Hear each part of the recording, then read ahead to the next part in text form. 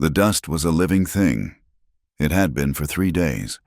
It moved across the Wyoming plains not like weather, but like an army, turning the sun to a dull copper coin and the sky to a bruised yellow-brown. It scoured the paint from the high desert scrub and drove the animals to ground. Coulter Briggs rode against it, his head down, the brim of his hat pulled low. A canvas duster, stiff with trail dirt and alkali, was buttoned to his throat. A wool rag, smelling of his own sweat, covered his nose and mouth. It did little good.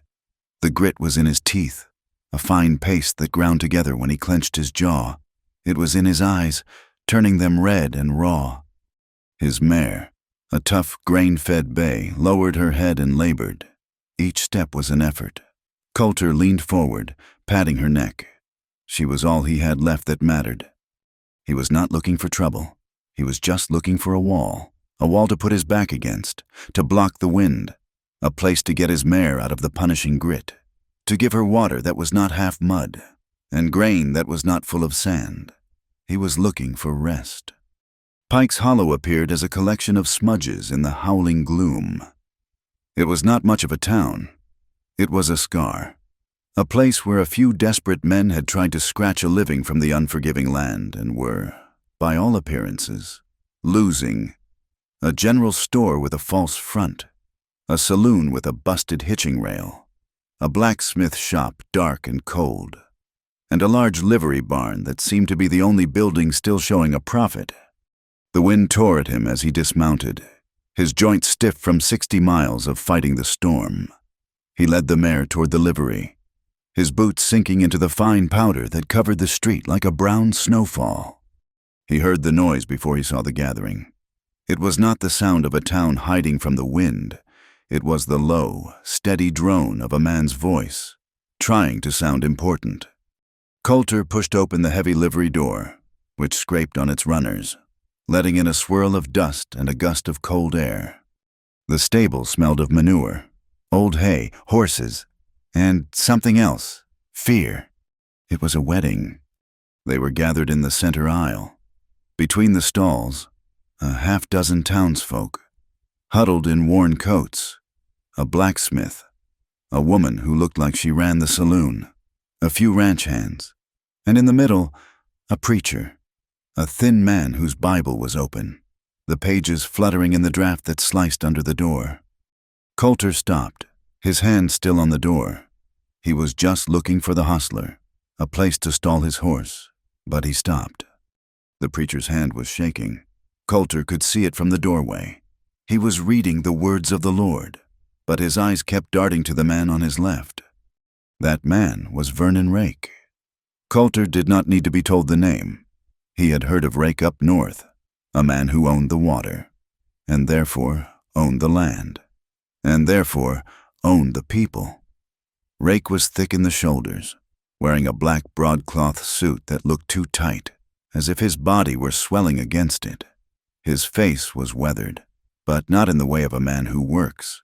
It was the weathering of a man who stands and watches other men work, a face of impatience and cruel authority. And beside Rake, holding his arm, was the bride. She was young, too young. Her hair, a dark chestnut color, was pinned up, but strands had come loose, sticking to her cheeks, which were pale beneath a fine layer underscore of the dust that coated everyone. She wore a white dress, simple and clean, but the veil was torn, a jagged rip near the shoulder, as if it had been grabbed. The preacher's voice faltered. "And do you, Eleanor—" The girl did not speak. Coulter watched her. She was trembling, a fine, constant shiver, like a rabbit in a snare. Her eyes were fixed on the floorboards, on the scattered hay and dirt. Coulter's gaze traveled down. Her hands were clenched at her waist, and where the cuffs of the white dress met her skin, her wrists were raw, not chafed, not rubbed. They were red and scored, the unmistakable marks of rope burns, fresh ones. A coldness settled in Coulter's gut. This was not a wedding. This was a claiming. The townsfolk looked away. The blacksmith stared at his own boots. his huge hands clenched into fists at his sides. Useless. The saloon woman looked at the girl with a kind of bitter pity, but she, too, kept her mouth shut. No one dared to speak against Rake. The air in the barn was thick with their shared shame, their complicity. They were all hiding from the storm, in more ways than one. The preacher, his voice thin as a reed, finally got to the end. "I now pronounce you man and wife." Rake did not wait. He grabbed the girl, Eleanor, by her upper arm. His grip was hard, proprietary. He turned her toward him. Coulter watched. He knew he should leave.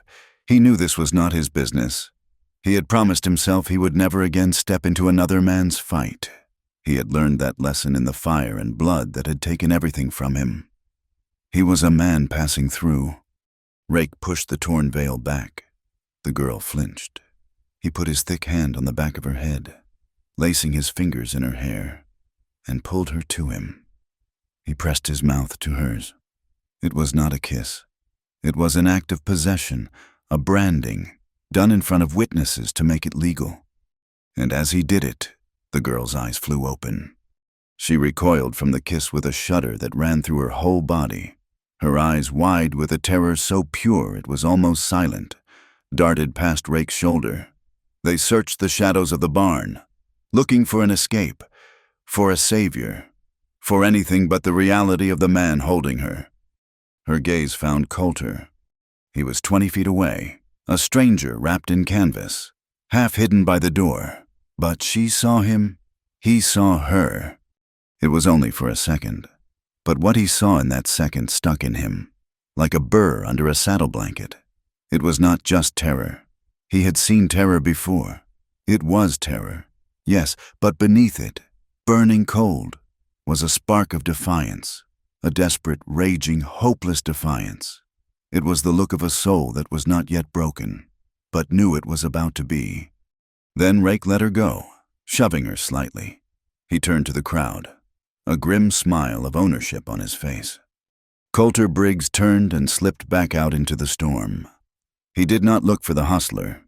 He pulled his mare into the meager shelter of the livery's lee wall, tied her fast, and walked toward the saloon.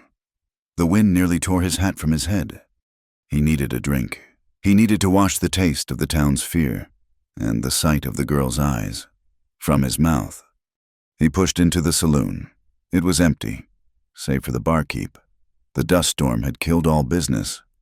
"Whiskey," Coulter said. His voice was a low rasp. The barkeep, a man with tired eyes, poured a glass of amber liquid. Coulter downed it in one tilt. The whiskey was raw, burning its way down. But it did not burn away the image. "The rope burns, the flinch, the eyes." "Bad day to be traveling," the barkeep offered, wiping a glass that was already clean. Coulter just nodded, motioning for another. "Bad day for a wedding, too," the barkeep muttered, almost to himself. Coulter looked at him. The barkeep looked down. "Not my business. Rake gets what Rake wants. Always has." "That his girl?" Coulter asked, his voice flat. "Hart girl. From up north. Her PA owed Rake a sight of money. Land, cattle. When the old man died, Rake came to collect. Seems he collected the only thing left." Coulter finished the second whiskey. He paid the man, his coins heavy on the wood. "I need a place for the night. For me and my horse, someplace dry." "Barn behind here is mine," the barkeep said. "Cost you 4 bits. Hay's dry. Roof leaks, but only on the east side." "And my wagon?" "Pull it in, long as it's out by dawn." Coulter nodded. He went back into the howling brown wind, retrieved his mare, and led her and his wagon into the small, dark barn behind the saloon. It was not as large as the livery, but it was warmer. It held 2 other horses, a milk cow, and a stack of hay. The storm worsened as the sun went down. The darkness in Pike's Hollow was absolute. The wind did not just howl. It screamed, a high, thin sound like a woman in pain. It sounded like the world was tearing itself apart. Coulter gave his mare a double ration of oats from his own supply. He rubbed her down, his hands moving with a practiced, gentle efficiency. He checked her shoes. He spoke to her in a low murmur. She was the only living thing he trusted. He unhitched her from the wagon and put her in the empty stall. He checked his wagon. It held his life, his bedroll, his saddlebags, his prospecting gear, a few tools, and a heavy, oiled canvas tarp that covered it all, protecting it from the elements. Everything was in its place. He ate 2 strips of dried beef, chewing slowly, his mind dark. He thought of riding out. He thought of putting the storm at his back and forgetting the town, the wedding, the girl. It was the smart thing to do. It was the only thing to do. His own past was a testament to what happened when you stepped into messes that were not your own. You got burned. You lost everything. He unrolled his bedroll in the hay, a good distance from the east wall. He took off his duster and his boots, but he kept his gun belt on. He laid his rifle, wrapped in oilcloth, beside him. He pulled his knife from the sheath on his belt and laid it by his hand. He was a man who slept light. He lay back, listening to the wind try to peel the roof from the building. The sound was a misery. He closed his eyes, trying to find the blank, empty space of sleep. But he saw her eyes, terror and defiance. He must have drifted off, because the sound that woke him was not the storm. It was a thump, a soft, heavy thump, muffled by the wind. But it was close. It came from his wagon. Coulter did not move. He did not breathe. He listened. The horses in the stalls were quiet. The wind howled. Then another sound, a rustle, the sound of canvas moving. He was not alone. His hand found the wooden handle of his knife. He gripped it. His body, trained by years of solitude and danger, came up from the bedroll without a sound. He rose to a low crouch, his bare feet silent on the hay-strewn dirt floor. A thief, a drunk, it did not matter. They were in his wagon. They were touching his things. He moved through the dark barn. His eyes adjusted to the gloom. The only light was a faint grayness from the cracks in the walls. He could see the shape of his wagon, a dark bulk against the back wall. He saw it, a movement, a shifting of the heavy canvas tarp that covered his supplies. A shape was underneath it, pushing, trying to burrow deeper. Coulter moved in 3 silent steps. He did not call out. He did not give a warning. He grabbed the edge of the canvas tarp with his left hand, and with his right, he brought the knife up, ready. He tore the tarp away. He ripped it back with all his strength, exposing what was hidden beneath. It was not a man. It was the bride. She was curled up like a fox in a hole, small and trembling. Her wedding dress was smeared with mud and manure from her crawl into the barn. Her hair was down, tangled with bits of straw, and in her hand, she clutched a knife. It was a small thing, a paring knife, maybe something stolen from a kitchen. She was holding it with both hands. The blade pointed at him, but she was shaking so badly she could barely keep it steady. Her eyes were wide, wild with panic. She stared up at him, this dark shape of a man looming over her with a blade in his hand. He expected her to scream, to beg for her life. She did neither. She gasped, a raw, terrified sound. She squeezed her eyes shut, as if bracing for a blow. "Just do it covered," she shouted, her voice breaking, half mad with fear. "Please, just leave it on." Coulter froze. His knife was still raised. The wind screamed outside. But in the barn, the only sound was her desperate, ragged breathing. He was stunned. The words made no sense. He looked at the tarp in his hand, then at her. He saw the terror in her face, a terror that went beyond a fear of being caught, beyond a fear of his knife. "Do what?" he asked. His voice was a low growl, rough from the dust and from sleep. He lowered his blade. He was not going to hurt her. He was just confused. He saw the rope burns on her wrists again. He saw the mud on her torn veil, which was still tangled in her hair. Her eyes snapped open. She saw he had not struck her. Her panic shifted, becoming something sharper, more specific. She scrambled, not to get away, but to pull the canvas tarp back over her. "No, please," she begged, her voice dropping to a desperate whisper. She clawed at the tarp he was holding. "Do not, please, just do not strip it off. Do not look." Coulter held the tarp, confused by her strength. "Girl, I am not—" "He will know," she cried, her voice cracking. "If you tear it off, if you see it, you will see what he owns. You will see what I am." She was sobbing now, dry, choked sounds. "You will see what he did, what I can never undo. Please, just leave me covered." Coulter stood there, his knife in one hand, the heavy canvas in the other. He looked down at this shaking, broken woman in her ruined wedding dress, hiding in his wagon, begging him not to look at her. He did not understand. He did not know what she was talking about. He did not know what she was hiding underneath the mud and the white cloth. He only knew that whatever it was, she was more afraid of him seeing it than she was of him killing her. The storm howled, and Coulter Briggs stared at the woman Rake had branded with a kiss, and he knew, with a certainty that settled in his bones, that this night was not over.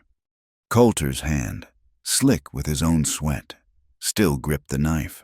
The girl's words hung in the dusty air, nonsensical and terrifying. "Just do it covered." He didn't understand.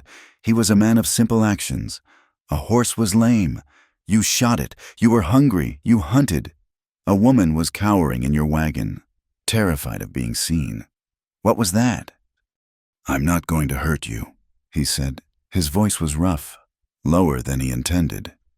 "Please," she whispered, her eyes fixed on the canvas he held bunched in his fist. "Just leave it on me. Don't look." Her panic was a physical thing, a scent in the air like ozone before a lightning strike. It wasn't the fear of a knife.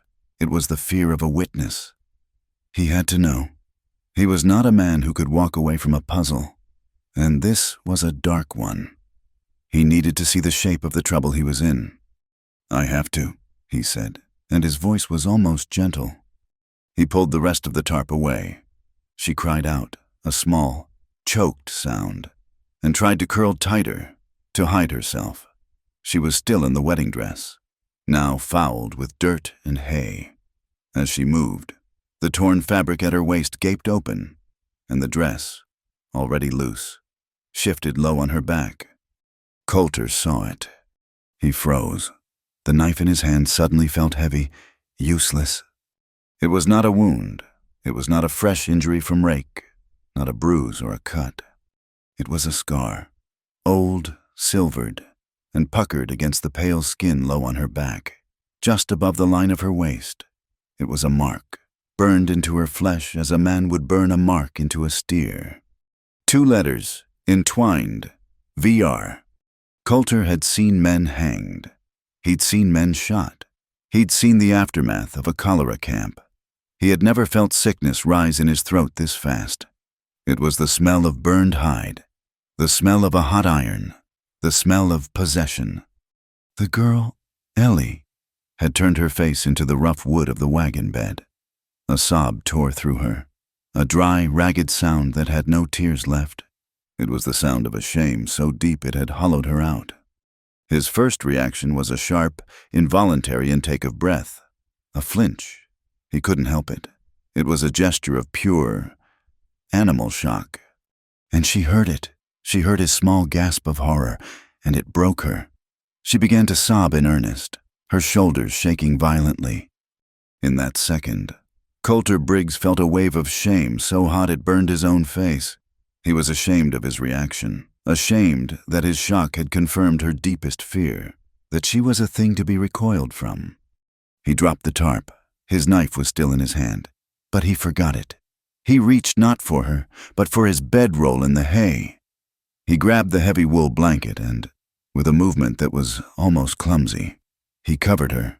He draped it over her shaking back, hiding the dress, hiding the scar, hiding her from the cold, judgmental air of the barn.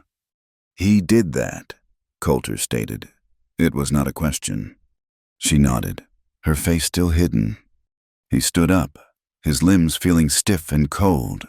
He had to move. He walked 3 steps to the barn wall and pressed his forehead against the rough, splintered wood. He closed his eyes. He could still see the brand. VR, Vernon Rake. He was trembling. He, who had not trembled in 10 years, was trembling with a rage so profound it made his stomach clench. He put his hand against the wall, his fingers splaying, and his knuckles went white. He wanted to hit something. He wanted to break the wall, to break the man who had done this. He kept his back to her. He would not let her see him like this. He would not scare her more than she already was. When? He asked the wall. Her voice came from the wagon, muffled by the blanket. 2 years. It was 2 years ago. Why? He heard her take a ragged breath. She told her story in fragments, in whispers broken by the howling wind. Her PA, dead, the land, dry, the debts, high. Vernon Rake held the paper on all of it. He came for his due, she whispered. My PA had signed a paper, a work contract, for me. But it wasn't. It was a marriage line. I didn't know. She had been Rake's property for 2 years, kept on his ranch, a servant in his house, waiting until he decided to make it official. The town knew. Everyone knew. I tried to run, she said, her voice barely audible. I stole a horse. I made it almost to the river. His men, they caught me. They brought me back. Coulter turned around slowly. She was sitting up now, the blanket wrapped tight around her, only her pale, dirt-streaked face visible. Her eyes were empty. He said, she continued, her voice flat, that property that strays needs to be marked, so everyone knows who it belongs to. He had his men hold me in the barn, like an animal. He did it himself. He said now I would never forget. Her body, her name, her signature on a church record she never agreed to. All stolen, all marked as his. Coulter walked back to the wagon. He knelt, so he was not towering over her. He laid his knife on the wagon bed, handle first, pointed away from her, an offering of peace. My name is Coulter Briggs, he said. She looked at him, confused by the introduction. Eleanor Hart. You're not his property. Ellie Hart. She flinched, as if he'd slapped her. He has the paper. He has the preacher. He has the mark. I am... Coulter shook his head. He was a solitary man, a cold man.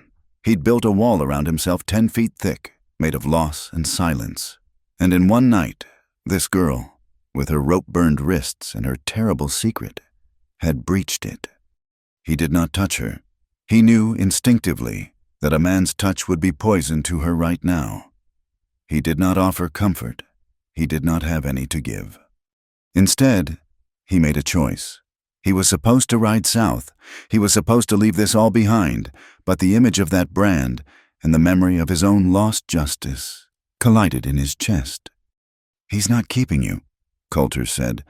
It was a simple statement of fact. He didn't turn her in. He didn't take her back to the saloon. He gave her his canteen, the water gritty with dust, and told her to drink. He pulled his own duster from his bedroll and handed it to her. Put that on over the dress, he said. We ride at first light. She stared at him, her eyes wide with a new kind of terror. Not of him, of hope. Where? Away from here. Dawn broke gray and brutal. The wind had died, leaving the world scoured and still. The air was cold, tasting of dust and iron. Coulter readied his mare and hitched her to the wagon. He worked with a silent, grim efficiency. Ellie, wrapped in his blanket, her small frame lost in his canvas duster, watched him. She looked like a ghost, a child in a man's coat. In the wagon, he said, pointing. Under the tarp, and do not make a sound, not for any reason, understand? She nodded, her face pale. She crawled back into the space that had been her prison, and this time pulled the canvas over herself. Coulter walked his wagon and mare through the main street of Pike's Hollow. It was just after 6. The town was dead. A curl of smoke rose from the saloon's chimney. As he passed the sheriff's office, the door opened. A man stood there, thick-set, wearing a badge. He was pulling on his suspenders. "Mornin'," the sheriff called out, his voice lazy. Coulter stopped. He kept his hands visible, resting on the wagon rail. "Sheriff, you the fella in the barn last night?" "Yes, sir. Paying my due to the barkeep and moving on. Storms broke." The sheriff squinted at Coulter, then at the wagon, its load hidden by the heavy tarp. "You see anyone else last night? Rake's new bride took off, slipped out in the storm. He's particular upset." Coulter's heart was a cold stone in his chest. He forced a grimace. "My mare went lame. Pulled a shoe in that mess. I spent an hour in the cold fixing it. Didn't see a soul except the barkeep. I'm heading to Red Fork to get her properly shod." The sheriff grunted. He looked at the mare's feet. Coulter had, in fact, loosened one of the shoes. "Red Fork," the sheriff mused. "That's north. Rake's land is south. Well, if you see her, there's a reward, $50. "I'll keep an eye out," Coulter said. He nodded once, a sharp, dismissive gesture. "Sheriff." He clucked to his mare, and the wagon wheels groaned, rolling slowly out of town. He didn't look back. He kept his pace steady, not too fast, not too slow. He felt the sheriff's eyes on his back until he turned the corner past the last sod house. He did not let Ellie out of the wagon for 2 miles. When he was deep in the scrub and gullies, far from the road, he stopped. "You can come out," he said. The canvas pushed back, and she emerged, blinking in the thin, gray light. She was still shaking. He untied his horse from the wagon harness. He had a second horse, a pack mule, but no second saddle. He threw a spare blanket over the mare's back. "You ride her," he said. I can't." "You can, and you will." He helped her up. It was the first time he had touched her. His hand was rough on her elbow, lifting her. She flinched, but she mounted. He left the wagon. He left his tools, his gear, everything but his rifle, his saddlebags, and the food. He slapped the pack mule, and it followed. He walked, leading the mare with Ellie on its back. He walked east, toward the rising, pale sun, away from Red Fork, away from the life he'd had.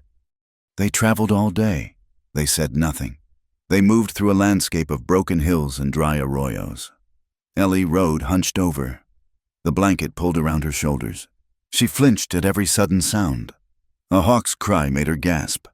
A rabbit bolting from a bush made her grab the mare's mane, her knuckles white. Coulter just walked. He watched their back trail. He watched the sky. He was a man leading a ghost out of hell. As the sun began to dip, staining the clouds a pale, watery pink, he saw the pines. They were climbing into the foothills. The air grew thinner, cleaner. Here, in the trees. Ellie seemed to breathe easier. The rigid terror in her shoulders lessened by a fraction. That night, they found shelter. It was an old miner's cabin, a one-room shack built of rough-hewn pine logs. Its roof half collapsed, but 3 walls and a stone fireplace were still good. It was better than the open. Coulter took his rifle and scouted the perimeter. He found no tracks, no recent sign. He came back and found Ellie huddled by the doorway, right where he'd left her. He got a fire going in the hearth. The dry pine caught quick, and the small, smoky flame threw a weak, orange light onto their faces. He handed her a strip of dried beef. She took it, but she didn't eat. He busied himself, making coffee in his tin pot, setting it in the coals. He didn't coddle her. He gave her jerky. He gave her coffee, hot and black and bitter. He gave her the better spot by the fire. In his world, these were the only acts of kindness he knew. She sat for a long time, the steam from the tin cup rising into her face. He sat on the other side of the fire, cleaning his rifle, the oiled rag moving in slow, methodical strokes. The silence stretched, broken only by the crackle of the fire and the low moan of the wind in the pines. Finally, she spoke. Her voice was a cracked whisper. "Why?" He didn't look up. "Why what?" "Why are you helping me? You left your wagon. They'll find it. Rake will. He will hunt you. You saw the mark. You know what he is. Why are you doing this?" Coulter stopped his work. He stared into the low fire. He didn't have a simple answer. He didn't know how to explain the rage he felt, the sickness. He didn't know how to tell her that seeing her scar was like seeing his own past, burned into someone else's skin. He didn't answer. He just sat, the rifle heavy on his lap. She thought he wouldn't. She lowered her head, looking back into her cup. "I had a wife," he said, so low she almost didn't hear him. She looked up, startled. His face was a mask of shadows in the firelight. "And a daughter," he said. He was talking to the fire, not to her. "Anna and Leah. She was 6. He set the rifle down. "We had a small place on the North Platte. Good water. We were there first. Then the railroad wanted the water. They wanted the land. They had papers. They said the government gave it to them." He picked up a stick and pushed a log deeper into the coals. Sparks flew up. "I was in town, getting seed. I told them I wouldn't sell. I told them the land was mine. I had papers, too, but their papers were bigger." He stopped. The memory was a physical thing, choking him. "They didn't wait. They didn't want to fight. They just wanted the land. They came while I was gone. The shack. It burned fast. Dry timber." His voice was flat, devoid of all emotion. That was the most terrifying part. "When I got back, there was just smoke. The sheriff was there. He said it was a stove accident. He had the railroad men with him. They looked sorry. They offered me money. For my trouble." Ellie watched him, her own fear forgotten. "I found my daughter's doll," he said. "In the ash. It was outside. She dropped it, running." He closed his eyes. No justice was served. Ellie, the law was on their side. The powerful men, with their important papers. They got what they wanted, and I got ash. He opened his eyes. They were dry. He had burned all his tears out years ago. "You ask me why I'm helping," he said, his voice a low rasp. "Rake has his papers. He has his preacher. He has his brand. He thinks he owns you." He looked at her then, his gaze meeting hers across the small fire. "I'm tired of men like that winning." Ellie said nothing. She didn't offer sympathy. She didn't cry for him. She just nodded. Once, she understood. Her pain was fresh, a raw wound on her skin. His was an old scar, deep in his bones. But they were the same. She drank the coffee. It was bitter, but it was hot, and for the first time in 2 years, sitting in a ruined cabin with a cold-eyed stranger, she was not alone. The night in the miner's cabin passed in silence. They did not sleep. Not really. They dozed, separated by the small, dying fire, each burdened by the weight of the other's confession. Coulter's story of ash and smoke and stolen justice had settled in the small room, mingling with Ellie's story of burned flesh and stolen vows. When the first gray light touched the broken roof, Coulter was already standing, kicking dirt onto the last embers. "We move," he said. He led her out of the foothills, away from any trail, away from the wagon road he had so briefly followed. He was heading deep, into the high wilderness of the Laramie Range, a place of broken granite, high pines, and winds that never stopped. The journey was brutal.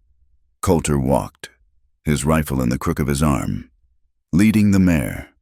Ellie rode, her body aching, her hands raw from gripping the blanket she used as a saddle. For the first 2 days, She remained the ghost she had been in the cabin. She was a silent, hunched figure, her face hidden in the shadow of the duster's collar. She flinched when the pack mule stumbled. She startled when Coulter's hand shot out to point at a snake sunning on a rock. He was patient, in his own way. He was a man who understood animals, and she was like a spooked horse, ready to bolt at the slightest change in the wind. He did not press her. He gave her jerky. He found water. He made camp. He sat watch. He did not ask her questions. But the wilderness began to change her. The silence, so vast and clean, was different from the stifling, fearful silence of Rake's ranch. This was a silence that held no judgment. The air was thin and sharp. It scoured her lungs, but it was pure. She began to look up. She saw a bald eagle circling so high it was just a speck. She watched Coulter skin a rabbit for their dinner, his hands moving with a speed and precision that was not cruel, but necessary. She began to see the world not as a threat, but as a fact. On the fourth day, they stopped by a high, cold creek that tumbled over white rocks. Coulter left her to fill the canteens and check the mare's hooves. Ellie knelt by the water's edge. She saw her reflection. Her face was smudged with dirt and pine pitch. Her eyes were red-rimmed, but it was her hair that held her gaze. It was matted, tangled, and full of trail dust. It was the hair Vernon Rake had grabbed when he kissed her at the altar. It was the hair his men had held when they marked her. It was the last, visible piece of the woman who belonged to him. She stood up when Coulter returned. Her hand was trembling, but her voice was clear. "Your knife," she said. "May I use it?" Coulter stopped. He looked at her, his eyes unreadable. He saw the look in her eyes, the desperate need. He did not ask why. He pulled the long skinning knife from the sheath on his belt. It was razor sharp. He'd honed it just last night. He handed it to her, hilt first. He leaned back against a ponderosa pine, his arms crossed. He watched. Ellie walked back to the creek. She took a deep breath. She gathered the thick, heavy mass of her dark hair in her left hand, just below her jaw. She raised the knife. She hesitated for only a second, then sawed through the tangle. The blade was sharp. It made a sound like cutting rope. She did not stop. She hacked at it, handful by handful, the long tresses falling onto the pine needles at her feet. She worked with a frantic, desperate energy, tears streaming down her face. But she was not sobbing. It was a hot, angry release. She cut until it was jagged and short, ending raggedly at her jawline. She was panting when she finished. Her hand was slick with sweat. She looked at the dark hair on the ground. It looked like a dead thing. She turned to Coulter. He just nodded. Once. He took the knife from her, cleaned it on his pants leg, and slid it back into its sheath. He had watched silently, his face a mask. He had borne witness. He knew what she was doing. She was shedding a skin. That night, she sat closer to the fire. The short, shorn hair framed her face, making her look younger, more fragile, but her eyes looked older. They were clear. The next day, he brought her the rifle. "You need to learn," he said. It was not a request. He set up a piece of bark on a dead log 50 yards away. "This is a tool, same as a knife, same as a needle. You respect it. You do not fear it." But she did. The rifle was a heavy, terrible thing in her hands. It was longer than her arm, the barrel cold, the wooden stock smelling of oil and Coulter. He showed her how to load a cartridge, how to work the lever, how to sight. "It's too heavy," she whispered, her arms shaking. "You'll get stronger," he said. "Rest it on the log. Now, line up the sight, breathe out, and do not pull the trigger. Squeeze it, slow." She closed her eyes and pulled. The explosion was deafening. The rifle stock slammed into her shoulder. A brutal, punishing kick that felt like a man's fist. She cried out, dropping the rifle, stumbling back. She had missed the log by 10 feet. "You pulled," Coulter said, his voice flat. You flinched. You closed your eyes. You see with your eyes closed. Ellie. She rubbed her shoulder, her face pale. I cannot. Then do it again. She did it again and again. She was clumsy. She was afraid of the noise. The recoil left a dark, blooming bruise on her shoulder that she could feel through the duster. She missed, and she missed. But she was determined. She set her jaw. She stopped crying out. She stared down the barrel, her eyes watering from the strain. She squeezed. Slow. The rifle bucked, but this time she was ready for it. A chunk of bark flew from the log. She stared, disbelieving. Coulter took the rifle from her. You hit the log. Tomorrow, you'll hit the bark. He turned to walk back to camp, but stopped. He looked at her. She was standing tall, not hunched, despite the pain in her shoulder. She was staring at the log, at the mark she had made. Good shootin', he said, and the faintest hint of something almost like approval was in his voice. Elle, she looked at him. Elle, not Eleanor, not girl, not bride, just Elle. A small, hesitant smile touched her lips. It was the first time he had seen it. It was like watching a winter creek thaw, a tiny crack in the ice. It changed her whole face. It was a real thing. Coulter felt something shift in his own chest. He looked away, uncomfortable, and grunted. Let's make coffee. They traveled for 3 more days, climbing higher. The shooting lessons continued. She was still clumsy, but she was no longer afraid. She learned to clean the rifle. She learned to read the signs of deer track, to be quiet, to watch. He was calling her Elle all the time now. And she, in turn, had stopped looking at him like a savior and had begun to look at him like a man. She saw the weariness in his eyes. She saw the old pain that never left him. Finally, they reached it. He stopped at the edge of a high cliff, looking down. This is it, he said. It was a hidden canyon, a deep, lush cut in the rock, invisible until you were right on top of it. A clear stream ran through the middle, feeding a stand of aspen and thick, green grass. The walls were sheer rock, protecting it from the wind. It was a secret, safe place. I trapped beaver here a long time ago, he said. Before Anna, before Leah. They made camp in a shallow cave under an overhang, shielded from view. For the first time in weeks, they could breathe. The air was safe. They rested. Ellie washed her dress in the stream, the white fabric stained and torn. But she had nothing else. She patched it with a needle and thread from his saddlebag. They stayed for a week. Coulter hunted, and Elle learned to smoke the meat. They fell into a quiet rhythm.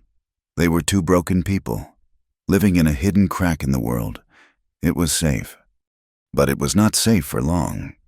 We're low on salt and flour, Coulter said one morning. I have to ride down to the trading post. It's 2 days. You'll be safe here. No one knows this place. I'll come, she said. No, you stay. Keep the rifle. Fire 2 shots if there's trouble. I'll hear it. But there won't be trouble. She watched him ride out of the canyon, leading the pack mule. The silence was heavy. She was alone. She kept the rifle close. Coulter returned 3 days later, just after dusk. She saw him ride in, and a relief so profound washed over her. It made her weak. But his face was hard, harder than usual. He dismounted, not looking at her. He unloaded the flour, the salt, the coffee. What is it? Elle asked. What happened? He pulled a piece of paper from his pocket. It was crumpled, torn from a wall. He handed it to her. She unfolded it by the light of the fire. It was a reward poster. Her stomach turned cold. Reward, $50, for the return of Eleanor Rake, runaway wife, and for the capture, dead or alive, of the man, Coulter Briggs, who aided in her theft. Approach with caution. Briggs is armed and dangerous. Vernon Rake. She read it twice, dead or alive. Coulter Briggs. She sank onto a log, the paper crushing in her hand. It was one thing for her to be hunted. She was property. But Coulter, they would kill him. They would kill him because of her. "The men in the post," Coulter said, his voice a low rasp. "They were talking about it. Rake sent riders everywhere. He's calling it a blood bounty. He doesn't just want you back. Hell, he wants me dead." Ellie looked at his face. He was staring into the fire, but she knew he was seeing the men at the post. He was seeing the greed in their eyes. $50 was a fortune. That night, she could not sleep. She lay in her furs, watching him. He was asleep, or pretending to be, his rifle by his hand. She saw it all clearly. She had escaped Rake only to bring a death sentence to this man. The only man who had ever treated her like a person. He had lost his first family to men like Rake. She would not be the reason he lost his life.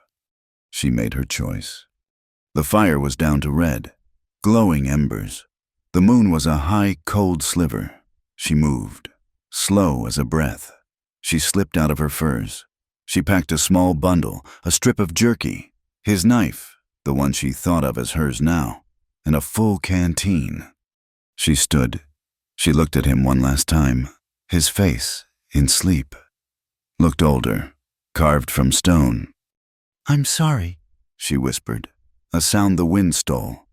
She turned and slipped into the shadows, toward the canyon mouth. She had not taken 10 steps on the rocky path when his voice, quiet and cold, stopped her. "Where are you going, Elle?" She froze. He was standing by the fire, a dark silhouette. He must have been awake all along. She turned. "I'm leaving." "No, you're not. You cannot stop me. I will not have your death on my hands. He will hunt you as long as I am with you. I am setting you free. Coulter." She started to walk again. He was in front of her in 2 strides. He grabbed her wrist. It was not the bruising, biting grip of Rake. It was not hard. It was just a hold, a strong, warm hand that encircled her wrist and stopped her cold. "I said no," he said. "Let me go," she hissed, pulling against him. "You do not understand. He will not stop. He will find us, and he will kill you." "I understand just fine," he said, his voice low and angry. "No, you do not," she cried, her voice finally breaking. The tears she had held back came, hot and fierce. "You do not know what men like him do. You do not know what they do when they find what's theirs. He will do to you what he did to your family. He will burn you from the world, and he will take me back, and I cannot." She broke down, sobbing, trying to pull free. "Let me go." He did not let go. Instead, he grabbed her other arm. He pulled her to him, not in anger, but in a desperate, rough gesture. He held her by the shoulders. "Hell, look at me." She shook her head, sobbing, her face turned away. He put his hand under her chin, cupping her face, and forced her to look at him. His fingers were calloused, rough against her skin. "You're not running anymore," he'd said. She stared up at him, her eyes wide, tears running down her cheeks. She saw his face, harsh in the moonlight, his eyes dark with an emotion she could not name. And then he kissed her. It was not the kiss of Vernon Rake, a wet, bruising act of possession. It was not a kiss of lust. It was a kiss of pure, desperate, angry commitment. His lips were chapped, tasting of coffee and salt. He held her face, his grip firm, and pressed his mouth to hers. It was a promise. It was a vow. It was him saying, "Your fight is my fight. I am not running either." He broke the kiss, but he kept his hands on her face. He rested his forehead against hers. They were both breathing hard. "We'll face him," he said, "together." That night, they lay under the firs near the fire. The air was cold, but a new, fragile warmth was between them. They lay on their backs, side by side, not touching, but aware of every breath the other took. The kiss hung in the air between them, It had changed everything. Ellie turned her head on the saddle she used as a pillow. She looked at his profile against the faint glow of the embers. "Coulter?" she whispered. "I'm awake." She hesitated. The kiss had made her feel something. Not just safe. It made her feel seen. And that brought the old shame rising up, thick as smoke. She reached out, her fingers trembling, and barely brushed the rough wool of his shirt over his chest. "I am not clean," she whispered, the words so quiet they were almost lost. "What he did, the mark, I am soiled. I am not clean." He was silent for a long moment. She thought he had fallen asleep, or was ignoring her. She started to pull her hand back, ashamed. His hand covered hers, stopping it. His palm was calloused and warm. He did not look at her.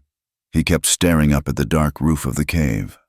"You're real," he said, his voice a low, rough rumble. "That's more than most—" Coulter's words. "You're real," settled over them, a heavier, warmer blanket than the furs they lay under. It was an absolution. It was a promise. Ellie lay awake, her hand still resting on his chest where he had covered it with his own. She felt the slow, steady beat of his heart beneath her palm. It was the sound of a life that had chosen to tie itself to hers. And the terror of that, the responsibility of it, was almost as great as her fear of Vernon Rake. Coulter, too, was awake. He stared into the dark, feeling the light weight of her hand. He had not offered comfort. He had offered truth. And in doing so, he had bound himself. The bounty poster he'd seen at the trading post was not just a piece of paper. It was a death warrant. He knew men. He knew men like Rake. Rake was not just a bully. He was a king in his own small, dry kingdom. A man like that could not and would not abide by such a theft. It was not about Ellie. It was about his power. A runaway wife was an insult. A man who took her was a challenge. And the brand was a signature. Rake had signed his name to her, and Coulter had stolen a signed piece of his property. The reward would grow. $50 would become $100. $100 would become $500. Every desperate, broke, or greedy man with a rifle, from Wyoming down to the Colorado territory, would be looking for them. They would be checking every cabin, every canyon, every town. The world would shrink until there was no place left to hide. He had run before. When Anna and Leah died, he had run from the railroad, from the bought-off sheriff, from the memory of the smoke. He had run into the mountains, into a cold, solitary life. And what had it gotten him? 10 years of emptiness, 10 years of being a ghost. He would not run this time. Running meant looking over his shoulder for the rest of his life. Until one day a bullet found his back, or worse, found hers. When the first light touched the canyon rim, he sat up. Ellie's hand slipped from his chest. She opened her eyes, instantly alert, a habit the wilderness had taught her. "Pack what we have," Coulter said. His voice was flat, decided. She sat up, her short hair tousled, her eyes questioning. "Headed where? Deeper in?" "No." He stood and kicked dirt on the fire. "We've been running deeper. From here on, we run toward—" She got to her feet, her expression confused. "Toward? I do not understand." "We're going back," he said, jamming his bedroll into a tight cylinder. "We're going to Rake's ranch." Ellie went cold. The blood drained from her face. "No, Coulter, no, that is death. That is what he wants. He wants us to come to him. He will have a dozen men waiting." "He has a dozen men waiting anyway," Coulter said, his voice hard. "They're out looking. I'd rather face them on ground I choose, at a time I choose, than get cornered in a box canyon or shot in my sleep by some bounty man looking to make $50. He turned to her. "This doesn't end. Elle, not ever. Not until we end it. That bounty will grow. It will follow us. The only way to kill a bounty like that is to kill the man who posted it." She stared at him, at the grim set of his jaw. This was the man who had lost his family to fire. This was the man who had tasted the ash of injustice. He was not just protecting her. He was seeking a reckoning he'd been denied for 10 years. "You want to kill him," she whispered. It was not a question. "I want to be free," he answered. "You and me. And that only happens when Rake is in the ground, or his power is broken. Either one will do." Ellie looked down at her hands. She thought of the brand on her back. She thought of the rope burns. She thought of the fear. She had been running for 2 years. First in her mind, then on her feet. Coulter was right. It would never end. She nodded.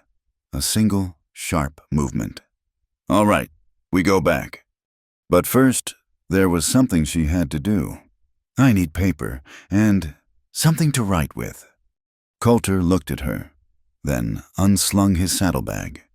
He rooted around and produced a small, leather-bound tally book, half full of his own cryptic notes about trap lines and creeks. He tore out 2 blank pages. He handed them to her, along with a stub of a pencil. She sat on a rock, the paper on her knee. Her hand was shaking. She was writing to the preacher, the man whose hand had trembled as he'd tied her to Rake. "Reverend," she began. She told him everything. She told him about the debt, the false marriage contract her father had supposedly signed. She told him she had been held as a prisoner. And then, the hardest words she would ever write. "He did not treat me as a wife. He treated me as livestock. When I tried to run from him, he had his men hold me down, and he put his brand on me. The letters VR on my back, as you would mark a steer. Your blessing was given over a woman who was already marked as property. It was not a holy union. It was a lie." She folded that letter. Then she started the second, to her younger sister, Sarah, back in Ohio. Her hand was steadier now. This one was simpler. "Dearest Sarah, I am alive. Do not believe any stories you hear. I am with a good man, but the man I was to marry, Vernon Rake, is a cruel man, and he will not let me go. I am writing to tell you that I am fighting, but I want you to be safe. If you ever receive word from him, or any man from this territory, do not believe it. Do not come west. Stay. Marry John Peterson. Live your life. Do not ever think of me as lost. Think of me as free. Your loving sister, Ellie." She folded it and tucked it inside the letter to the preacher. She put a note on the preacher's letter. "Sir, if you have any fear of God left, you will mail the letter enclosed. It is for my sister. It is the only thing I ask." She handed the packet to Coulter. He tucked it inside his shirt. "There's a ghost town on the way south, calls itself 2 Trees. There's a woman there, runs a post. She'll mail it."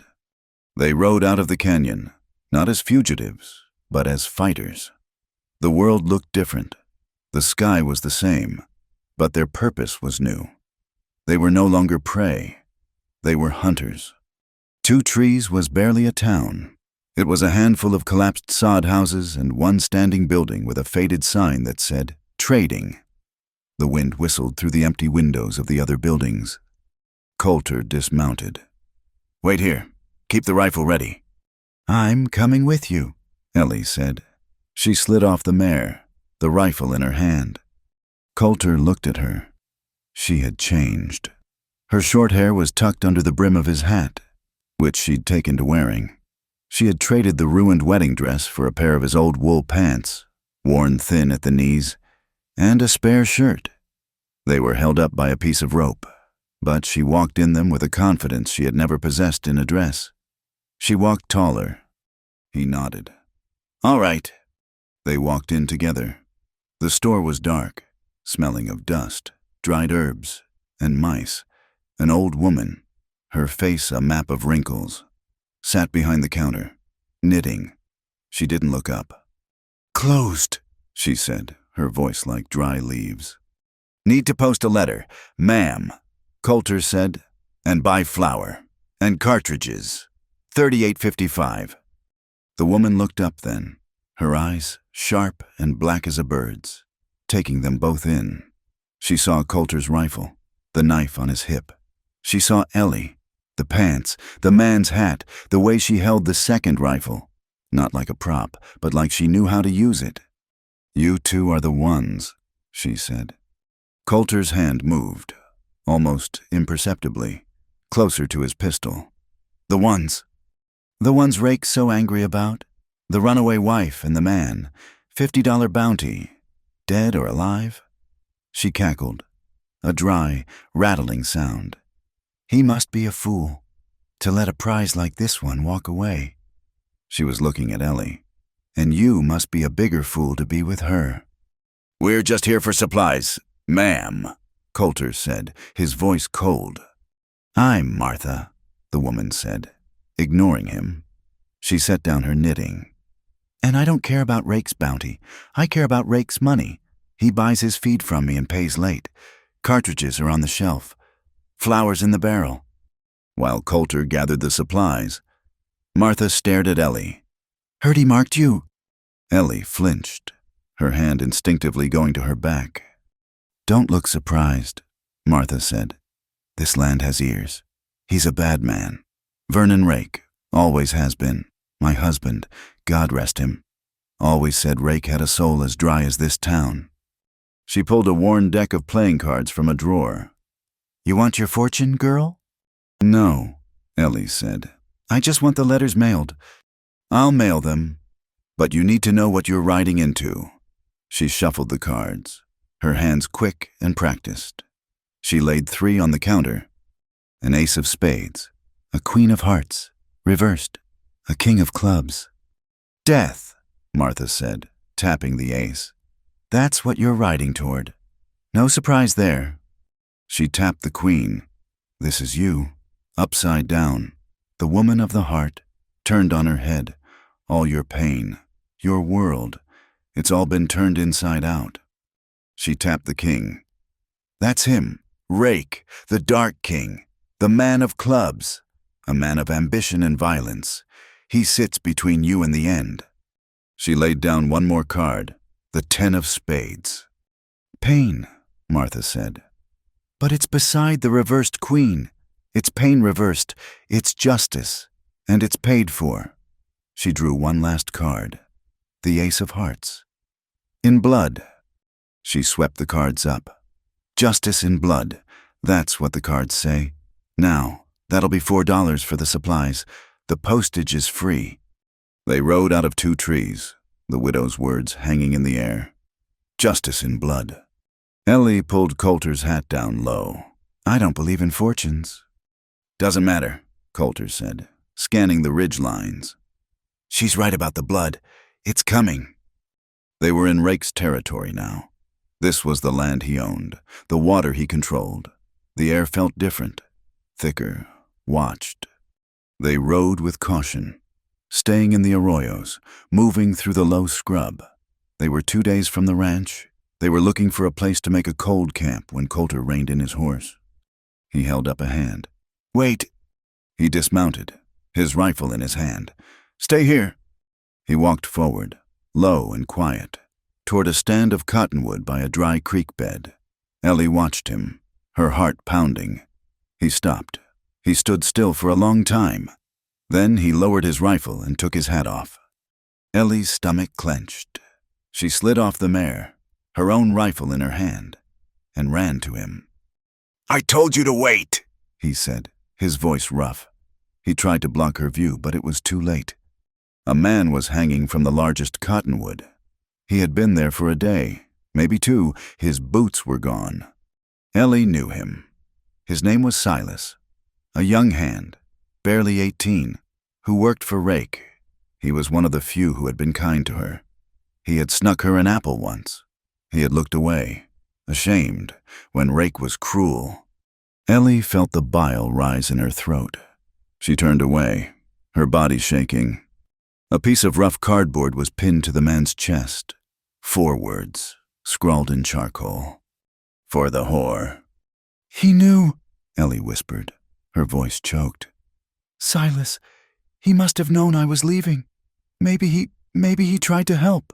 Or maybe Rake just thought he did." Coulter's face was granite. He took his knife and cut the rope.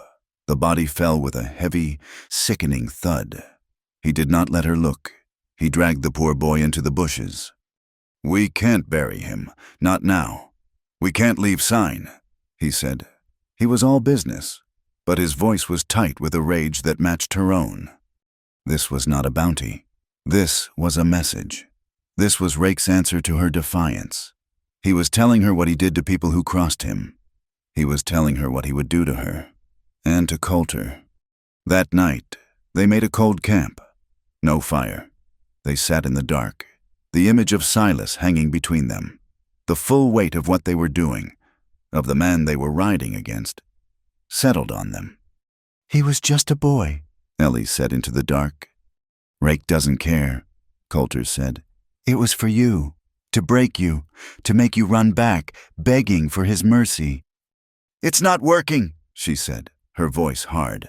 She was shaking, but not from fear, from a cold, pure rage. "I'm not begging. I'm not running." Coulter saw her in the thin moonlight. She was a different woman from the one who had cowered in his wagon. The terror was gone, burned away and replaced by something harder, something forged in the fire of what she'd seen. He saw the tremor in her hands. He saw the trauma, the horror, still there, sitting just behind her eyes. He saw her new strength, and he saw the old wounds it was built upon. He moved, shifting his bedroll closer to hers. He did not speak. He just sat beside her. He put an arm around her, pulling her against his side. She was stiff, resistant for a second. Then she leaned into him, her body still trembling. He held her. He felt the fine, shaking tremors run through her. He was offering comfort, a solid wall against the horror of the day. But as he held her, the night, the darkness, the shared danger, it all shifted. The comfort became something else, something deeper. He tilted her face up, the one he had cupped in his hands in the canyon. He kissed her. This kiss was not the hard, angry vow from the canyon. It was slow. It was gentle. It was a question. She kissed him back. She kissed him with the desperation of the day, with the fear of tomorrow. Her hands came up, gripping his shirt. He gently pushed her back, onto her bedroll. He followed her down, his body shielding hers from the cold night air. He began to kiss her face, her jaw, her neck. His hands were rough, but his touch was gentle. He was trying to love her, to affirm their life, their bond, before the battle that might take it all away. He fumbled with the buttons on her shirt. His hand brushed the skin of her stomach. She froze. Her entire body went rigid. The woman who had been kissing him back, the fighter, she vanished. In her place was the girl from the barn. "No," she whispered, her voice tight with panic. Coulter stopped instantly. "Elle?" She was shaking, a violent, terrible tremor. Just do it, Covered," she whispered, her eyes squeezed shut. "Please, the blanket." She was reaching for the fur, trying to pull it up, to hide herself, to hide her body, to hide the brand. It was the same words, the same terror. Coulter's heart broke. He looked at her, at this strong woman, shattered in 1 second by a memory. He saw the brand in his mind, the VR that had been burned into her. He had thought his kiss in the canyon had saved her. He saw now, it was not that simple. He pulled back. He sat up. She curled away from him, pulling the blanket over her head, a small, choked sob escaping her. He sat there for a long minute, the cold wind blowing over him. He looked at the moon. He thought of Rake, and he thought of Silas. He thought of the brand. He turned back to her. He did not try to kiss her. He did not try to touch her with desire. He gently took the corner of the blanket she was hiding under. "No, please," she begged from underneath. "Elle," he said, his voice low and steady. "It's me. It's just me." He pulled the blanket down. She was curled on her side, her back to him, her eyes shut tight. He looked at her, at the rough shirt, the worn pants. He did not see a victim. He saw his partner. "You don't have to be covered," he said, his voice a low, rough murmur. "Not with me." She held her breath. He reached out. He did not touch her with lust. He touched her with reverence.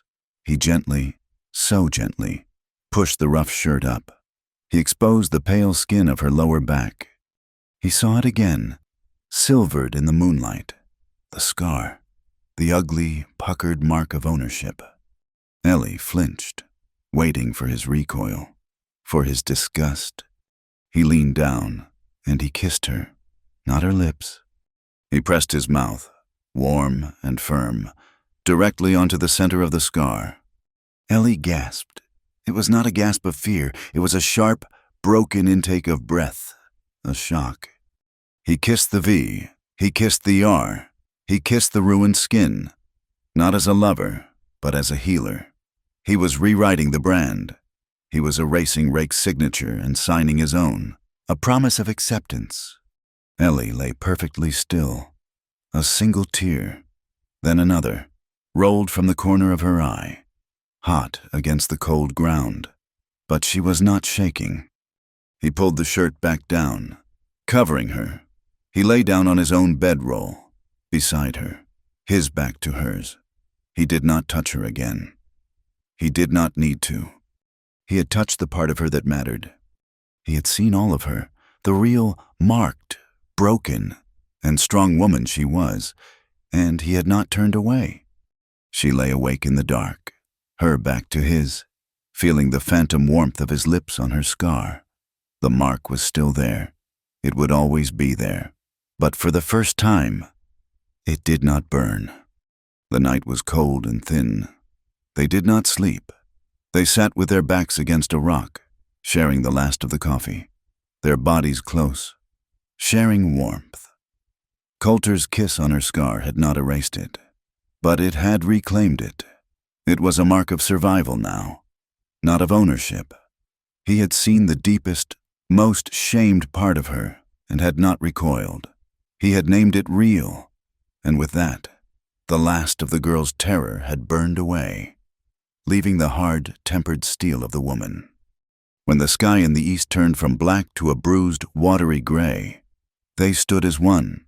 They checked their weapons, Coulter's rifle and his pistol, Ellie's rifle, the one he had taught her to use, the one she had hit the bark with. She had 20 cartridges in her pocket. "You don't have to do this, Elle," he said, his voice low in the pre-dawn quiet.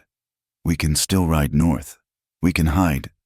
She finished loading the rifle and looked at him. Her short hair was ruffled by the wind.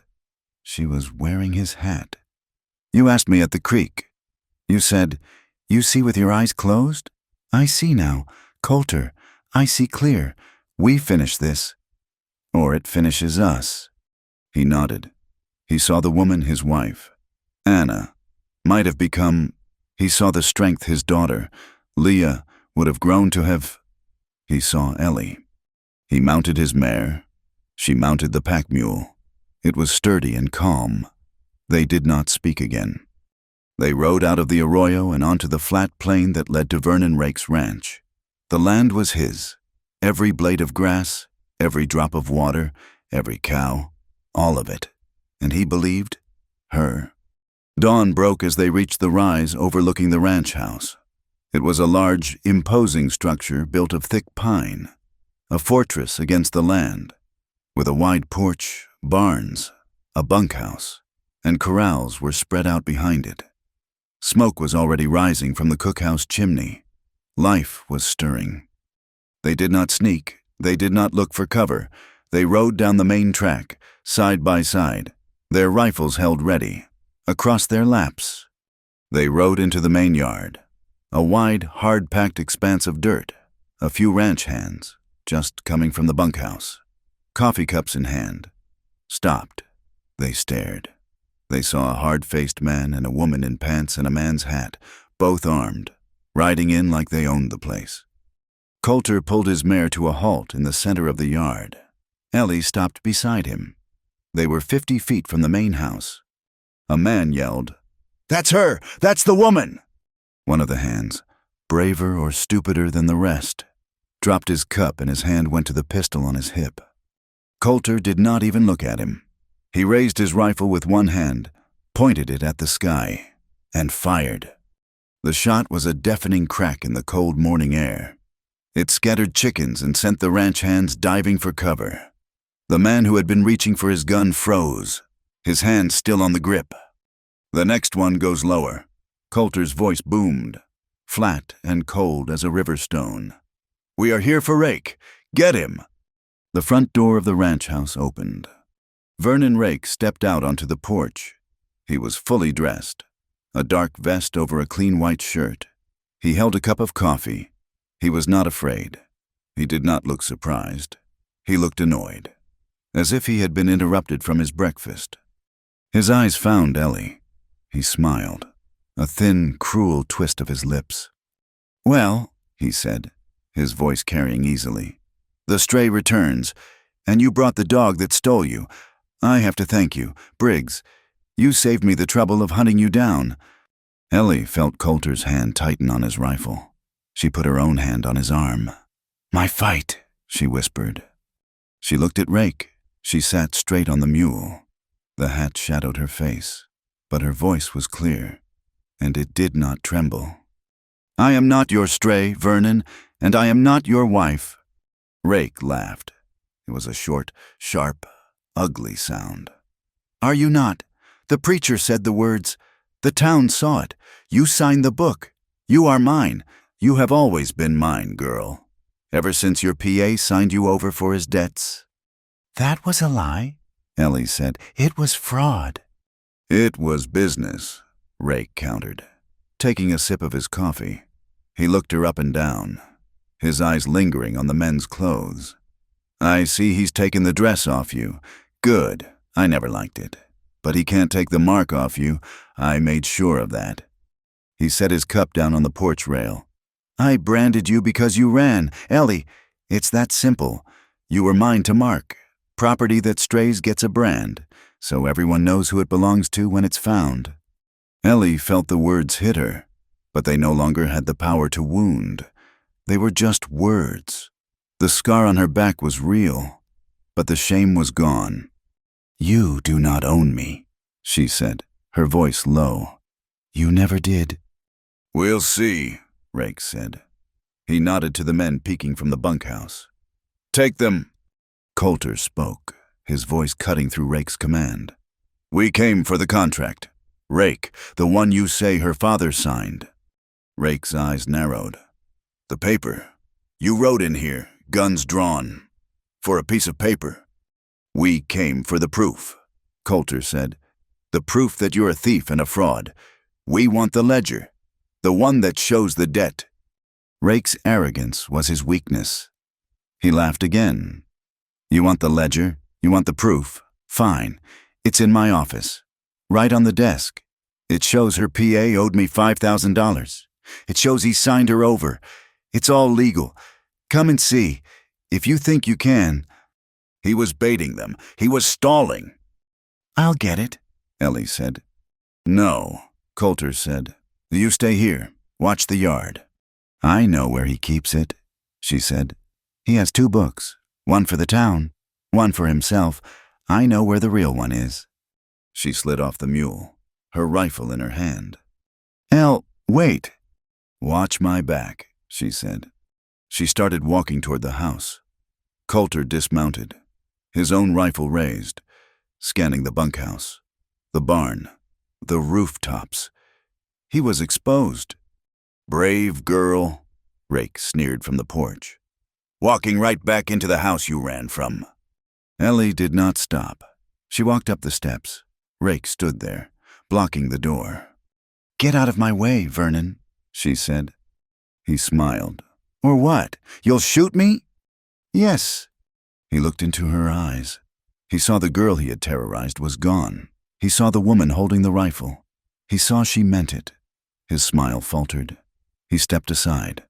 She walked past him, into the house, into the dark, heavy air of the office. It smelled of his cigars and leather. She went straight to the desk. The main ledger was there, open. Just as he said. She ignored it. She went to the bookshelf, to a heavy volume on German law. She pulled it out. The space behind it was hollowed out. A smaller, darker ledger was inside. She opened it. She found her father's name. The real numbers were there. Not 5,000, 500. And next to it, a signature. It was not her father's. It was a forgery. And a bad one. She saw the other names, other families, other debts, all falsified. He owned half the valley through these lies. He thought you were property. Rake's voice came from the doorway. I thought you were an asset, but you're just a liability. Ellie turned, the book in her hand. Rake was standing there. He was no longer smiling. And from outside, Coulter's voice yelled, "Elle, it's an ambush!" A shot rang out, then another. The shootout erupted. Rake had been stalling. His hired guns, hidden in the loft of the barn and on the roof of the bunkhouse, opened fire. Ellie ran from the office, the ledger clutched in her hand. She saw Coulter, already behind an overturned water trough, firing back at the barn. A bullet splintered the wood near his head. "The barn loft!" he yelled. "And the bunkhouse roof! 2 of them!" Ellie ran to the edge of the porch, dropping to one knee. She found cover behind a thick railing post. She raised her rifle. A man stood up on the bunkhouse roof to get a better angle on Coulter. "Breathe out," she heard Coulter's voice in her head. "Squeeze, slow." She sighted. She squeezed. The rifle bucked against her shoulder, but she held it. The man on the roof grunted. His arms flew wide, and he toppled forward, sliding down the shingles and crashing into the yard. Silence. For a second. Even Coulter was stunned. "Good shootin', Elle!" he yelled. Another shot came from the barn. It was followed by 2 more. 3 men. Coulter was pinned. "I can't get an angle on the loft." "I see him!" Ellie yelled. She shifted. A man was in the hayloft door, reloading. He was big, with a red beard. She froze. She knew him. He was one of them. He was one of the men who had held her down, the one who had laughed. Her vision went sharp. The world narrowed to that man. The sound of Coulter's return fire faded. It was just her and the red-bearded man. He raised his rifle. She did not wait. She did not aim. She just knew. She fired. The man jerked, shot through the chest. He looked down, surprised. He dropped his rifle and fell forward, plunging from the loft and landing in a heap on the hay below. She didn't flinch. She didn't feel sick. She felt quiet. She chambered another round. "Where's Rake?" Coulter yelled. Ellie looked back. The porch was empty. "He's gone. Back in the house." "No," a voice came from the yard. "He's headed to the barn. He ran while the shooting started." One of Rake's own men, his nerve broken, was running from the bunkhouse, his hands in the air. "The barn!" Coulter yelled. He stood, firing 2 quick shots at the barn to cover himself, and sprinted across the yard. "Elle, stay there! Cover the house!" Ellie watched Coulter disappear into the dark mouth of the barn. She heard a shout, a grunt, the sound of a struggle. She ran across the yard, her rifle ready, the ledger still in her hand. She entered the barn. It was dark, shafts of dusty light cutting through the gloom. It smelled of hay and manure and hot iron. The forge was at the far end, cold. She saw them, Coulter and Rake. They were struggling on the ground. Rake was not a small man. He was thick and powerful. He had a knife. Coulter was trying to get his pistol free. Rake raised the knife, the blade flashing in a slice of light. Ellie raised her rifle. "Vernon!" He froze. He looked at her. That second was all Coulter needed. Coulter's fist, hard as rock, smashed into Rake's jaw. The man's head snapped back. Coulter hit him again, and again. He grabbed Rake by the shirt. His pistol was in his hand now, and he pressed the muzzle under Rake's chin. Coulter was trembling. His face was a mask of pure, cold rage. He was not seeing Rake. He was seeing the railroad men. He was seeing the smoke. He was smelling the ash. "Coulter," Ellie said, her voice quiet. He didn't hear her. He was breathing hard, his thumb pulling back the hammer of the pistol. "You burned them," Coulter snarled, his voice a low, ragged whisper. You marked her. You—" "Coulter," Ellie said, louder this time. He looked at her. His eyes were wild. "Killing him makes me like him," she said. Her voice cut through his rage. He looked down at Rake, who was spitting blood, his eyes wide with terror. He looked at the gun in his hand. He looked at the branding post just a few feet away, the irons hanging on the wall. He let out a breath, a long, ragged sound, like a man surfacing from deep water. He lowered the gun. He was still shaking, but his eyes were clear again. He looked at Ellie. He nodded. He stood up, pulling Rake with him. Rake stumbled, his arrogance gone. "The rope," Coulter said, nodding to a coil by the stalls. They did not speak. They worked. Coulter held Rake against the thick branding post, the same post he had tied her to. Ellie got the rope. She, who knew his knots, wrapped it around his chest, his arms, pinning him to the wood. Rake started to curse, to threaten. "You'll hang for this, both of you, when my men—" "Your men are dead or gone," Coulter said, pulling the knot tight. Rake stared at him, and for the first time, he looked truly defeated. They left him there, tied to his own post, in the barn where he had committed his worst sin. They walked out into the sunlight. The yard was quiet. The remaining hands had fled. Coulter and Ellie looked at each other. They were covered in dirt, their ears ringing from the gunfire. "Now the sheriff," Coulter said. They rode to Pike's Hollow. The town was just waking up. They rode straight to the sheriff's office. He was sitting at his desk, the man who had warned Coulter about Rake. Coulter threw the dark ledger onto his desk. It landed with a heavy thud. "What's this?" the sheriff asked, his hand moving toward his gun. "That's Rake's real book," Coulter said. "Shows how he's been cheating this whole valley for 10 years.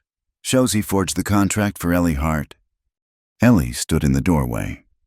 "He admitted to branding me, to marking me like cattle. He's tied to his own post at the ranch. You go and get him. You do your job." The sheriff opened the book. His eyes went wide. He saw his own name. He saw the debt he, too, apparently owed. He looked up, his face pale. I'll see to it," he stammered. "You do that," Coulter said. They left him. They walked out. They were not finished. Ellie stopped. The dress. She knew where it would be. In the room she had been kept in, above the livery. The room she was married in. They went to the livery. The hostler saw them, his eyes wide, and said nothing. They climbed the stairs. The room was there. And on the bed, laid out as if for a funeral, was the torn wedding dress and the veil. Rake must have had it brought there. A reminder. Ellie looked at it.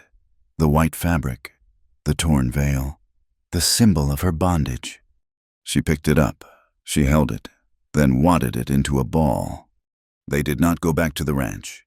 They went to the blacksmith's shop. The forge was lit, the smithy already working. He saw them, saw their faces, and stepped aside.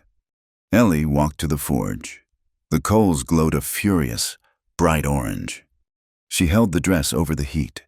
She held it for a long second. Then she let it go. She and Coulter stood side by side, watching. The delicate fabric blackened at the edges. Then, with a whoosh, it caught fire. The lace, the veil, the white lie. It all burned. It turned to black, curling ash, and then to nothing. They watched until the last piece was gone. Ellie turned to Coulter. Her face was streaked with soot, but she was smiling, not the small, hesitant smile from the woods. A real, wide, brilliant smile. He smiled back. They walked out of the blacksmith's shop, into the full morning sun. They mounted their horses side by side, and without looking back, They rode east, away from Pike's Hollow, away from the ranch, away from the past. They rode east for 3 weeks. They left the dry sage-filled plains of Pike's Hollow and did not stop until they reached the high, cold ramparts of the Wind River Range. They climbed, following old animal trails, until the air was so thin and sharp it hurt to breathe, and the world below was just a hazy, brown memory. Here, in a high meadow sheltered by granite peaks and thick stands of lodgepole pine, Coulter finally stopped. "Here," he said, "we can see a man coming from 20 miles off, and no man would come here without a damn good reason." This was where they built their life.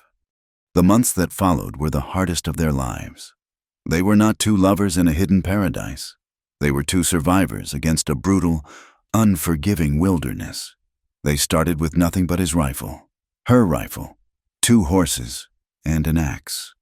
They lived in a lean-to of pine boughs while they built the cabin. Coulter felled the trees, his axe strokes echoing in the vast, cold silence. The sound of it, the steady thud. Thud, thud, became the rhythm of their new world. Ellie, wearing his old pants and a pair of worn-out gloves, learned to use the adze, to peel the bark, to notch the logs. Her hands, once marked by rope, grew hard and calloused and strong. They worked from the first gray light until their arms ached and the cold drove them back to their fire. They chinked the gaps between the logs with moss and mud they dug from the creek bed, their fingers going numb in the freezing ooze. The struggle was daily. The cold was a living enemy. It found every crack. The food was scarce. Coulter hunted, but the deer were high and wary. More often than not, he came back with 2 or 3 rabbits, which Ellie stewed with wild onions. They were hungry. Often, they were cold. Always. But they were together. They did not talk much. Words were not their way. They spoke in shared actions. He would stop, mid-swing, to watch her lift a log she had no business lifting, her face set in a look of pure, stubborn determination. She would wake in the night, cold, and find him sitting up, rifle across his lap, watching the meadow in the moonlight, protecting their small, fragile claim on the world. They were a team. In October, the first blizzard hit. It came with no warning, a wall of white that descended from the peaks. The wind screamed, a sound just like the storm in Pike's Hollow. But this time, they were not hiding from men. They were hiding from God. Their cabin was only half built, the roof not yet on. They had a canvas tarp, a new one, stretched over the beams. They huddled in the one finished corner, by the stone fireplace Coulter had built. They fed the fire, log by log, listening to the world try to tear itself apart outside. The storm lasted 4 days. They ran out of meat. They ate the last of their flour, mixed with snow and water and cooked on a hot rock. On the 3rd day, the wind tore a hole in the canvas, and the snow blasted in. Coulter, wordless, climbed onto the half-finished beams in the middle of the gale, the wind tearing at him, and fought the canvas, mending it with frozen, clumsy fingers, while Ellie held the lantern below, her heart in her throat. When the storm finally broke, they emerged, gaunt and exhausted, into a world of pure, blinding white. The silence was absolute. "We need salt," Coulter said, his voice a rasp. "And more flour. And traps, or we won't make it to spring." He had to go. The nearest post, a place called Lander, was 100 miles south, a 2-week journey, if he could make it. "I'm coming," Ellie said. "No, one of us has to stay, to guard the cabin, to keep the fire." He looked at her. "You can shoot, you can trap. You are not the woman I found in the wagon." She was terrified to be alone, here, at the top of the world. But she saw the truth in his words. She nodded. "He was gone for 19 days. Ellie kept the fire. She snared 2 rabbits. She slept with the rifle by her hand. Every sound was a threat. Every shadow was a man. She felt the old fear, the fear of being alone and hunted, creeping back. And then, on the 19th day, she saw him, a dark speck moving across the snow, leading the pack mule. She did not run to him. She just stood in the doorway of their unfinished cabin, her hand on the frame, and let the relief wash over her. So profound it made her knees weak. He was gaunt, his beard iced over, but he was alive. He unloaded the salt, the flour, the bacon, the new traps, and then he pulled something else from his saddlebag. A letter, its corners worn, its paper thin. It was at the post, waiting, he said. It came from Ohio. She took it. Her hands were shaking. It was from her sister, Sarah. She had received Ellie's letter, the one mailed from the ghost town. Ellie sat on a log, her back to Coulter, and read. She read as the tears, hot and sudden, blinded her. They were not tears of fear. They were not tears of rage. They were tears of release. Sarah was safe. She had married John Peterson. She had believed Ellie's warning, had never received any word from Rake, and was safe. And she was pregnant, due in the spring. She was living the life Ellie had wanted for her. The past was, finally, closed. The last chain had been broken. That night, the cabin felt different. It felt, for the first time, like a home. The roof was on, a rough-hewn thing of pine logs, but it was solid. The blizzard could howl, but it could not get in. They sat by the fire. The silence was comfortable. Coulter was smoking his pipe, a small luxury he'd bought at the post. Ellie was mending his duster, the one she had worn. "It's a good cabin," she said, her voice quiet. "It'll hold," he agreed. He tapped his pipe out on the stone hearth. He looked at her. She was framed in the firelight, her face thinner than when he'd met her, but stronger. The short hair she'd cut by the creek was longer now, tucking behind her ears. She was beautiful, not in the way of the girl in the white dress, but in the way of a mountain or a well-made axe. She was real. "Elle," he said, his voice rough. "When the spring thaw comes, we should go to Lander. Find a preacher." Ellie's hand stopped, the needle halfway through the canvas. The blood drained from her face. A cold, sick feeling washed over her. The feeling of the livery barn. The smell of fear. "A preacher?" she whispered. "We should be married. For real." She looked at him, her eyes wide, and he saw it. The panic. The terror. He had thought that was all gone, but here it was, raw and fresh. "No," she said. She dropped the duster and stood, backing away from him. "No, I cannot." Coulter stood, confused. "Elle, it's me. It's not him." "I cannot be a bride again," she said, her voice breaking. She was shaking, her hands clenched at her sides. "A bride, a wedding? It's a word for a lie. It's a white dress to hide the mark. It's a preacher whose hands shake. It's a man possessing, a piece of paper that says he owns you." She looked at him, her eyes pleading. "I cannot be that. I cannot be a wife. I can only be myself. Just Elle." Coulter looked at her, at the raw pain he had accidentally exposed. He saw his own foolishness. He was trying to give her a name, a safety, a place in the world. He was using the world's words, but those words were poisoned for her. He had to use their words. He walked to her, slowly, as he would approach a spooked horse. He did not try to touch her. "I'm sorry," he said, his voice low. "You're right. I don't want a bride. I don't want a wife." He stood in front of her. "Then I'll marry you as Elle." She looked up, confused. "What?" "We don't need a preacher," he said. "We don't need a town. We don't need a paper. I tried that. It burned. The law. It's just words for powerful men." He reached into his saddlebag, the one he had carried since that first day. He rooted in the bottom, past the ammunition, past his whetstone. He pulled out a small, folded square of canvas. It was stiff, scorched black at the edges. Ellie's breath caught. It was from the wagon. The tarp, the one he had torn away in the barn. "I kept it," he said, almost shy. "I cut a piece, to wrap my spare knife. It was all that was left. Rake's men, they burned the wagon. I found it after. This was all that was left." He held the small, burnt square in his calloused palm, the symbol of her deepest shame. "Let's make our own vow, Elle, not to God, not to the law, to each other." He led her outside. It had begun to snow, not a blizzard, but a gentle, silent fall of thick, white flakes.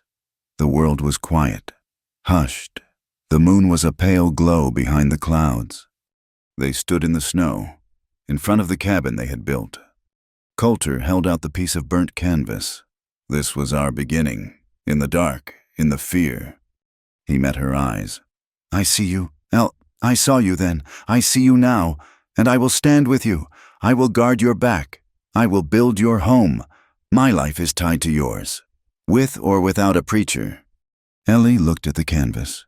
She looked at his face, honest and hard in the snowfall. She put her hand on his, covering the canvas, her hand, strong and calloused, over his. "I was covered," she whispered.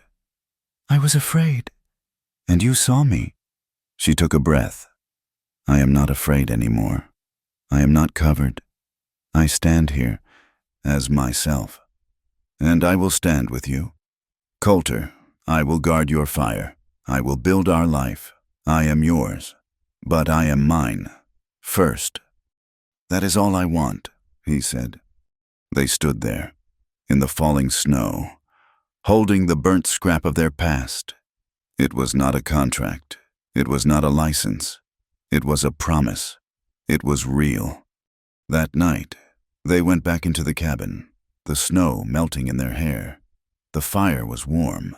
They lay down on the furs, on the bed Coulter had built from pine.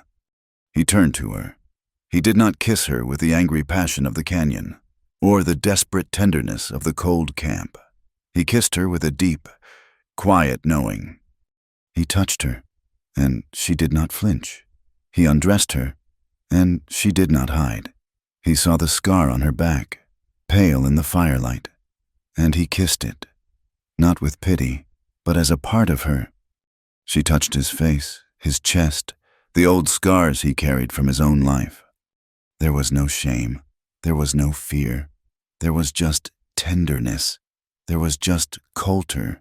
There was just Elle. The next morning, the world was clean and white. The sun was brilliant, striking diamonds from the fresh snow. Coulter was outside, splitting wood. Ellie took his skinning knife, the one she had used to cut her hair. She went to the new pine door of their cabin. She began to carve. Coulter stopped his work, watching her. She worked with a slow, careful concentration, the wood curling away. When she was finished, she stepped back. He walked over and stood beside her. On the door, in the rough wood, were two names, side by side. Coulter, and beside it, not Mrs. Rake, not Mrs. Briggs, but carved with a deep and steady hand. Ellie, she was a survivor, she was free, and she was loved. Thank you for listening to our story. We would love for you to comment where you are listening from, so you can connect with other folks in our campfire community. We invite you to subscribe to the Wild West Campfire channel and share your thoughts.